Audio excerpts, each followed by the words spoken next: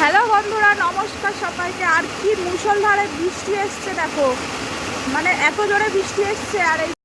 আর এই বৃষ্টি মাথায় আজকে আমাদের বাড়ি মানে আমি কি রান্না করি সবটা তোমাদের দেখাবো। আর দেখো উঠোনে কত জল জমে গেছে, দেখো খুব ভালোই লাগছিল এইভাবে সমুদ্রের মতন। বাড়িতেই যদি এরকম সমুদ্র পাওয়া যায় তাহলে আর দীঘা পুরী যাওয়ার কোনো দরকার পড়ে না।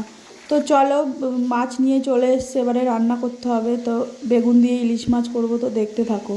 একটুখানি ছেঁড়া ছিল, ফুটো ছিল একটুখানি, সেই দিয়ে আঙুল দিয়ে টেনে টেনে টেনে টেনে কতটা ছিঁড়েছে। এই যে আমার দুষ্টু ইভানটা। কে ছিঁড়েছে দেখছো? দেখছো কি দুষ্টু হয়েছে দেখো। না মানুষ না তুমি। তো কি রান্না করলাম দেখে নাও। এখানে ইলিশ মাছটা কাঁচা লঙ্কা দিয়ে ভেজে রেখেছি, উফ কি লাগছে দেখতে।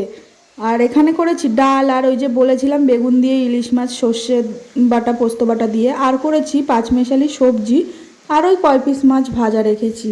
তো চলো এখানে এবারে সবাইকে খেতে দিয়ে দিই। আর ইলিশ মাছ ভাজা দিয়ে এই মানে কাঁচা লঙ্কা ভাজা দিয়ে ইলিশ মাছটা খেতে যা টেস্টি লেগেছিল কি বলবো।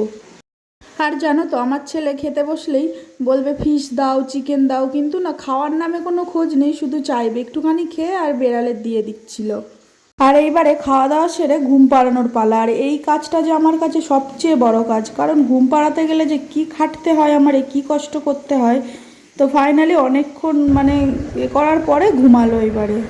তো জানো তো ও না 8 ঘন্টা 45 মিনিটের বেশি ঘুমায়ও না। তো এই যেখানে ঘুম থেকে উঠে পড়েছে, আর ঘুম থেকে উঠে ওর প্রথমেই দরকার মায়ের আদর। তো আর ওই যে ইলিশ মাছের রেসিপিটা দুপুরে দেখালাম, ওটা একদিন তোমাদের সাথে অবশ্যই শেয়ার করবো। ইভানকে এখন খাবো দুধ বিস্কুট, সন্ধ্যাবেলা এখন 7টা বাজে। আর এই যে ইভান শুয়ে আছে দাদার গেঞ্জি পরে। তো আজকের ভিডিওটা এই অবধি, টাটা। টাটা করে দাও, টাটা করে দাও। এই যে ফোনের দিকে তাকিয়ে করো। Good night.